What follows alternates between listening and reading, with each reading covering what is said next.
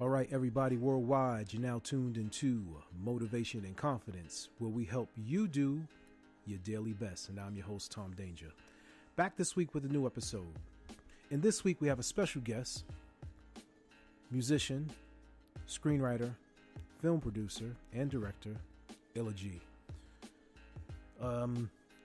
You may have heard me mention Illa Ghee on last week's episode of being one of the individuals that actually motivates me. Grew up in Brooklyn, ran the streets, did some things, served some time, and as he likes to call it, he basically reinvented himself when he came home and got heavily into music, ran with Mobb Deep for a little while, had close ties with Sean Price and other people in the music industry, and then recently decided to get into filmmaking when he was dissatisfied with looking at the current hood films that are on YouTube or and social media. So he decided to pick up a camera and start shooting and writing the script for all of the actors, and just put out multiple musical projects, and has become a well-respected individual in the music industry, and now making his mark into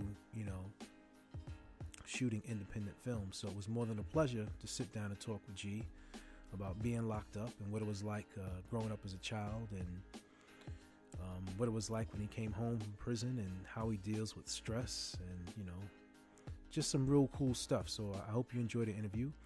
Don't forget, as always, like, subscribe, and share. If you have a person that you would like to have on the show, just drop us a comment on anywhere on social media. And, thank you for checking it out. But right now, here's the interview with Illa Ghee, episode 47. And we like to call this, I Was Willing to Die for the Streets. Let's get into it.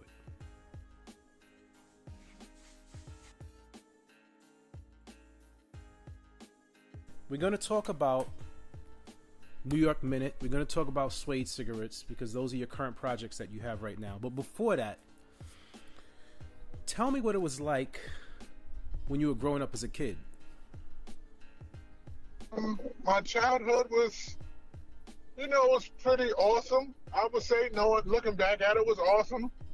I had toys, had a brother, got to play, run around, just basic, basic child stuff.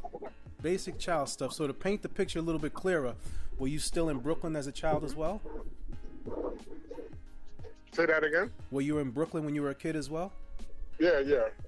Born and raised in Brooklyn, grew up in Brooklyn. Okay. Sumner housing. Okay. But like I said, I think I was a pretty happy child, Okay. So, what was your dad like? You said, what was my pops? Yeah. What was your father like? What was his, his demeanor, his character? My pops was coming to, find out a lot of things about my pops. But me and him one-on-one, I mean, he was cool, but, he had his ways. He was like he was around somewhat, but, I only really learned one thing from my pops. Okay. Tell you the truth, and that was just, you don't buy jewelry to be scared to wear it. And that's the only thing he really ever taught me. So break that down. Basically, he had a bunch of jewels on, and we was walking somewhere, and this is like early 80s, and I was like real nervous of the jewelry he had on. I was like, yo, you're not scared to wear that? He was like, yo, you don't buy jewelry to be scared to wear it. And that's the only thing really that stuck in my mind he ever told me. Gotcha. You know what I'm saying? Other than that, what I've learned about him was, shocking to know the things I know about him now. Okay. So how did you get involved with the streets? Pretty much it was a combination Selfishness and tired of being scared. So explain that. It was, I was very, very naive and nervous as a child. Like, I would pretty much like my back really, really had to be against the wall before I fought back. Okay. I was scared of any and everything. And then it just got to the point of selfishness of, I wanted things and I couldn't afford them. I just got tired of being scared, got tired of being broke. And, I wasn't looking at things correctly, deal with pressure and everything. So, the pressure of feeling like you don't have things you should have when, your parent is doing the best they can. Right. Or, they have a plan and you don't understand their plan and, they was raised a different way.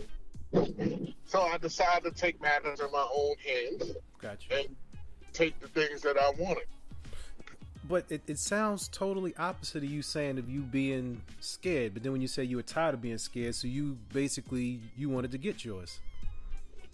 Yeah, I did, but I was also, like I said, I was scared, and the neighborhoods was rough, and I was scared. I know for a fact I was scared of everything. I was scared of everything if I get approached by dudes, but not realizing I was only like 10, 11 years old. Yes, I should have been scared. Right. It was just, It was just like I was just nervous. It was just like a nervous dude. What was it like the first day when you was up north? I was locked downstate in Virginia, and it was, I felt, it was a lot of lessons I was taught from family members and friends. I mean, mostly family members. I had a lot of family members on the street. And it was the feeling of, suck it up. This is what you signed up for. So ain't no, you better not run to anybody. You know what I'm saying? You can't cry. This is too rough. It's not like you didn't know the rules. You knew the rules when you stepped into it. Just, of course you're going to have a natural, this is new nervousness, but it's just like prepare to go to that, to that extra mile to prove your point. Okay. I would see that. Prepare to go that extra mile to prove your point. And what do you consider that extra mile? If you got to stab the shit out of somebody, stab the shit out of them. If you got to, don't just whip their ass. Punish them. Gotcha. Punish them to the point where they need to really understand what their next move is. Either they're going to leave it alone or they really going to have to come at you. So, before you take it to that place of punishment, what goes through your mind? Is it just like, kill or be killed, or I ain't gonna let nobody front on me, I just gotta go all out? Like, what is... Queenie's son gonna make it home. Okay. Yeah, I gotta make it home. Gotcha. So once you went through that, what was it like the first day home? It felt, everything felt crowded. Really? Yeah, everything felt crowded. Like, just looking, when you in the mountains, everything is space. I mean, except for the inside, but it's just like, you're in a country environment, the yard is big, the area, you see trees, everything is not so close together. So when you come back, you just feel like, wow, this is totally different. This is where I came from. Everything seemed cluttered. I kept looking at the apartment like, wow, this is so, it felt cluttered, like this is cluttered. Like, why does it look like this? It looks depressing when you come from a different, it looks depressing. So is it depressing just because of the scenery, or Depressing because of the condition. I mean, you coming The from condition, it's like everything is like you see everything from from stepping out of it, and then you're coming back to look. Yeah, everything looked depressing. The scenery, the everything, like everything. You like, yo, damn, this is where I came from. You know, it's so interesting about what you're saying because what you're describing in reality is the exact opposite of what they put in movies, right? Most of the time, like if we watch, let's say, like, I don't know, we could take any hood flick, and when people come home, it's almost like, yo, you back home, like, yeah, I'm excited, yeah, we got this bag of money for you, and you know, you looking at it like this is some bullshit. Like, who wants to live like this? Yeah, I mean, it was everything. I mean, I dealt with that too. I had friends that was, you know, happy to see. I mean, everyone was happy to see me home, but I had friends that felt like, oh yeah, my boy is back. We about to act fool, and it was just like, no, that's it. It's like, you know what I'm saying? That's it. I'm not doing it again. And, you know, some of them really got pretty pissed off. And it was like, yo, word, like, nah, I can't do it. But what made you say that you're not going to do it? Because most time when people come home, they get stuck right back into doing the things that got them there in the first place because that's all they know. Yeah. But it's the fact that,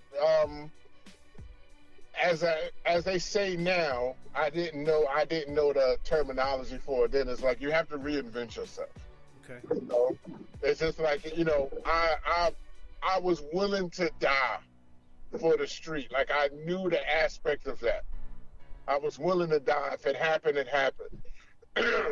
You know what I'm saying? And it's just like, okay, well, I'm not in that space no more. You know, I learned a lot. I read a lot. I learned a lot. You know, my direction has changed. And, you know what I'm saying? It's you want to do some things. Okay. You want to do different things. Plus, I like women. And, you know, there's not, you know, you may have some COs here and there in jail, but there's pretty much no women. Got you. So, when do you find your passion for art, and when do you get into this deep creative process of music and drawing? Like, when does all this come about? When do you really take it there? I would say the passion from art probably came from my mom's. My mom's know how to draw. Okay. And my mom's is very, you know, of course, like most anybody, other black homes. My mom's played music, you know what I'm saying? Like, up-tempo soul and, you know, R&B, and, you know, she knew how to draw. My brother knew how to draw. And so I drew. Okay. You know, that's where most of it came from there. So when does the art move into the physical aspect of drawing, go into poetry and writing rhymes? I guess I started learning that I see things a little different. How so? You know what I'm saying? Like, you know, you don't, you know, the same way somebody may see a park Range Rover on the corner, I may see and pay attention to the front two tires that's tilted to the right of the park Range Rover on the corner. Okay. And would focus on that rather than the car. Okay. So now we're going to talk about some of your projects you have going on. Let's talk about New York Minute first, and how did that whole thing come about? You know, because it really seemed random, like you just dropped a show like out of nowhere. Like we knew you for dropping music, but then where did the show come from? New York Minute pretty much basically came from me watching a couple web series and not liking them, and just felt like, you know what, you know, I'm one of them people, like, just don't sit there and complain about something if you don't like it. If you don't like it, and if you feel like you can do better, then do better. And you really, I mean, as you told me in the beginning, you're actually headed to film class. Now, you'd never produced, directed, nothing for a show. No. So what in your mind gave you, you know, the motivation to be like, yeah, I could do this? Were you even scared a little bit, like thinking it was gonna come out like trash? I mean, you any art form you have or you do into, you're always going to be, you worried about what people think of it, or how would they receive it. And what I'm saying, it's just like I can't make this bad because I talk entirely too much shit. Okay. And you just go for it. Oh. Okay. So describe to us what's going to be the backdrop of the show for those people who don't know anything about it. New York Minute is about. All right, let me get it right here. It's your show. You better get it right. No, I got to get it right because it's about a heartless criminal trying to escape his old logic of entering the streets, becoming aware of his black pride. Really? After being released from prison, the heartless criminal faces his constant actions of his past, vowing to change his future. Okay, I can dig that. So we're gonna get real random right now. What do you consider your favorite comfort food? Comfort food. Favorite comfort food. I mean, if I roll with anything, it has to be salmon. Salmon, really? Yeah. And how is it prepared? Is it baked? Is it honey glazed? Like what's going on with it? I would say it has a little skin to it, a little charred skin. Okay. No. Okay. So go ahead, finish. I'm sorry. No, that deliciousness to it. That deliciousness to it. Very cool. So what's your fitness routine like now? My fitness routine, I do a lot of CrossFit stuff since I'm trying to come down in weight. I do a lot of clean and presses and 5 exercises with only 30 seconds rest. Now we got to talk about Suede cigarettes because it was supposed to be out already. What makes this project different from Metal Detectors? Well, this one, I'm trying to be more of an open book inside Suede cigarettes. A lot of times for years I avoided being an open book because a lot of my street ties or whatever. And to me, being too much of an open book feels like I'm telling. Gotcha. So what motivates you every day? Life, my kids. Not to, not to lay down. Like, people see me as, far in a different place, but I don't feel I'm where I want to be. So I fight. I become a fighter. Like, I feel I have to always push towards and constantly change goals to push toward them. What do you do to control your anger? Exercise. Gotcha. Because people don't realize frustrations and everything, energy builds up in your body. And when you don't release it, it is diagnosed as pretty much anger, stress, and so on and so forth. So if you release it, it brings you back to an even balance. To learn more about Illa Ghee, visit illaghee.net, ILLAGHEE.net, illaghee.net. You're